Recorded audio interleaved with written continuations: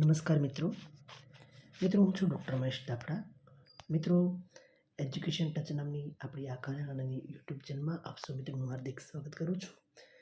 મિત્રો, આ ચેનલ પર 1111 એટલા અંગ્રેજી વ્યાકરણના વિડીયો અવેલેબલ છે. મિત્રો, આ જે વિડીયોની વાત કરું છું તે વિડીયો ધોરણ 9થી 12માં જે વિદ્યાર્થીઓ અભ્યાસ કરે છે તેના માટે ખૂબ જ ઉપયોગી વિડીયો છે મિત્રો. તો એવા વિદ્યાર્થીઓ સુધી આ વિડીયો પહોંચાડી તમે પણ એક સારા કાર્યના સહભાગી બનશો.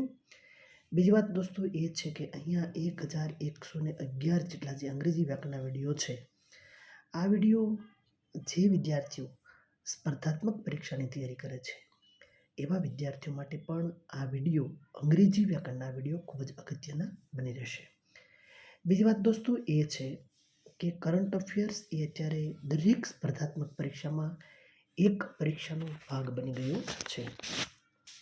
તો મિત્રો, દેશ વિદેશમાં બનતી અનેક ઘટનાઓ, પછી રમત જગત હોય, ઇતિહાસ હોય, ભૂગોળ હોય, એવોર્ડ્સ હોય, રાજકીય ક્ષેત્રની કોઈ પણ બાબતો હોય, કોઈ ઉદ્ઘાટનો હોય, સેમિનારો હોય, નવી યોજના હોય, એ તમામ બાબતોથી વિદ્યાર્થી વાકેફ હોવો જોઈએ એવો આ કરંટ અફેર્સનો એક હેતુ છે. તો દોસ્તો, આજે 203 આટલામો એપિસોડ આજે તમારી સમક્ષ હું પ્રસ્તુત કરવા જઈ રહ્યો છું, ત્યારે હું ખરેખર ખૂબ જ આનંદ અનુભવું છું, ખૂબ જ હર્ષની લાગણી અનુભવું છું. તો મિત્રો, આ વિડીયો જે વિદ્યાર્થીઓ સ્પર્ધાત્મક પરીક્ષાની તૈયારી કરે છે એમના સુધી પહોંચાડી આપ પણ આ યજ્ઞ કાર્યના સહભાગી બનીશું તેવી હું આપની પાસે અપેક્ષા રાખું છું. મિત્રો, ત્રીજી બાબત એ છે કે આ જ ચેનલ ઉપર સ્વાતંત્ર્ય સંગ્રામમાં જે નરબંકાઓએ પોતાના જીવની આહુતિ આપી છે એવા અનેક શૂરવીરોને આજે શબ્દરૂપી જીવંત કરવાનો એક ઉપક્રમ પણ દર શનિવારે આ ચેનલ પર તમને એક અલગ પાત્ર દર શનિવારે જોવા મળશે. તો મિત્રો, એ વિડીયો સ્વાતંત્ર્ય સંગ્રામના શૂરવીરો એ શીર્ષક હેઠળ અહીંયા દર શનિવારે એક એપિસોડ રજૂ કરવામાં આવે છે. તો મિત્રો, એ શૂરવીરોની યશગાથાને આપણે લોકો સુધી પહોંચાડીએ એવી પણ મારી એક આપણને ખૂબ જ નમ્ર અપીલ છે.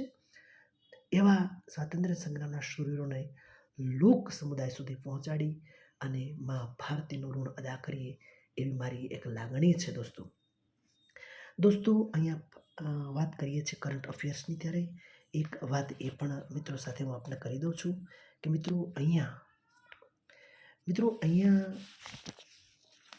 ખાસ કરીને જે સમાચાર પ્રસ્તુત કરવામાં આવે છે એ સમાચાર મારા વાંચનની એક મર્યાદાને અનુરૂપ હોય છે. સંભવ છે કોઈ ક્ષતિ જણાય તો મિત્રો મને માફ કરજો, અને કોઈ મેગેઝિન, ઓથેન્ટિક મેગેઝિન છે, સમાચાર પત્ર છે, એ આપ ખાસ જોઈ લેશો. ચાલો દોસ્તો, સમાચારમાં એક નજર કરીએ તો સમગ્ર વિશ્વમાં 16મી જુલાઈને વિશ્વ સર્પ દિવસ, દોસ્તો ખાસ યાદ રાખજો, વિશ્વ સર્પ દિવસ તરીકે ઉજવવામાં આવે છે. 16મી જુલાઈને વિશ્વ સર્પ દિવસ. મિત્રો, આ શબ્દ ખાસ યાદ રાખજો કે સર્પ માટે પણ દિવસ ખાસ ફાળવવામાં આવ્યો છે. તેની જાળવણી માટે, તેના રક્ષણ માટે આ દિવસ ઉજવવામાં આવે છે.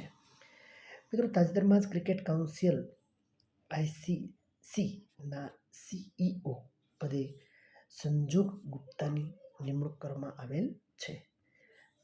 ક્રિકેટ કાઉન્સિલ ICCના CEO પદે સંજોગ ગુપ્તાની નિમણૂક કરવામાં આવેલી છે. મિત્રો, તાજેતરમાં જ આસામની સુકન્યા સોનોવાલની, ખાસ નામ યાદ રાખજો કે આ સ્ટેટની છે, આસામની સુકન્યા સોનોવાલને કોમનવેલ્થ યુથ પીસ એમ્બેસેડર તરીકે પસંદ કરવામાં આવેલ છે. કયા સ્ટેટની છે દીકરી? આસામની. શું નામ છે? Sukanya Sonowal. Commonwealth youth peace ambassador તરીકે તેમની પસંદ કરવામાં આવે છે. આપણે તેમને અભિનંદન પાઠવીએ છીએ.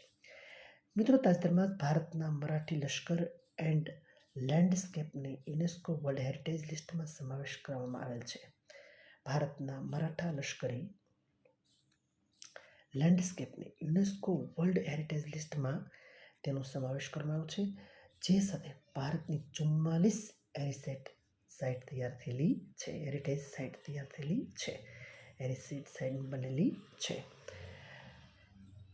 મિત્રો, તાજેતરમાં એક સમાચાર મુજબ ગણેશ ઉત્સવને મહારાષ્ટ્રના રાજ્ય ઉત્સવ તરીકે જાહેર કરવામાં આવેલો છે.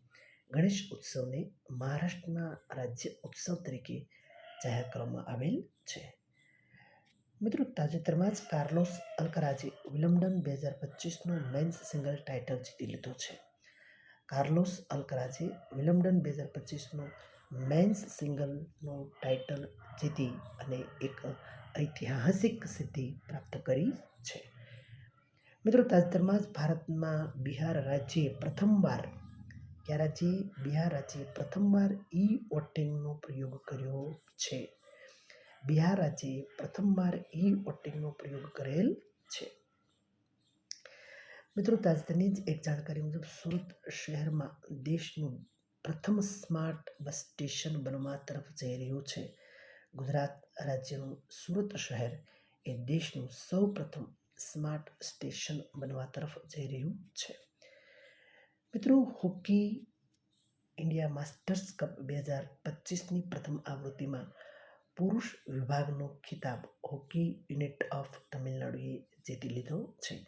હોકી ઇન્ડિયા માસ્ટર્સ કપ 2025ની પ્રથમ આવૃત્તિમાં પુરુષ વિભાગનો ખિતાબ હોકી યુનિટ ઓફ તમિલનાડુએ જીતી લીધો છે.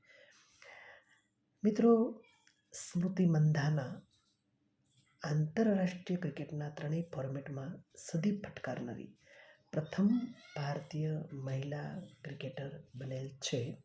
સ્મૃતિ મંધાના આંતરરાષ્ટ્રીય ક્રિકેટના ત્રણેય ફોર્મેટમાં સદી ફટકારનાર પ્રથમ ભારતીય મહિલા બનેલ છે. મિત્રો, આ સાથે સમાચારને આપણે પૂર્ણવિરામ આપીએ છીએ. પરંતુ મિત્રો, ફરી એકવાર આ ટોપ 10 સમાચાર પહેલાં મિત્રો, એજ્યુકેશન ટચ નામની યુટ્યુબ ચેનલને વધુ સબસ્ક્રાઈબ કરશો. મિત્રો, આ ચેનલને વધુમાં સબસ્ક્રાઈબ કરી અને મને પ્રોત્સાહન પૂરું પાડશો. બીજી વાત મિત્રો, આ વિડીયો વધુ શેર કરી અને જે વિદ્યાર્થીઓ સ્પર્ધાત્મક પરીક્ષાની રાત દિવસ મહેનત કરે છે એમના સુધી આ વિડીયો પહોંચાડી આપ પણ એક યજ્ઞ કાર્યના સહભાગી બનશો તેવી હું આપની પાસે અપેક્ષા રાખું છું. ફરી પાછા મિત્રો મળશું આવતા રવિવારે. ત્યાં સુધી ભારત માતા કી જય.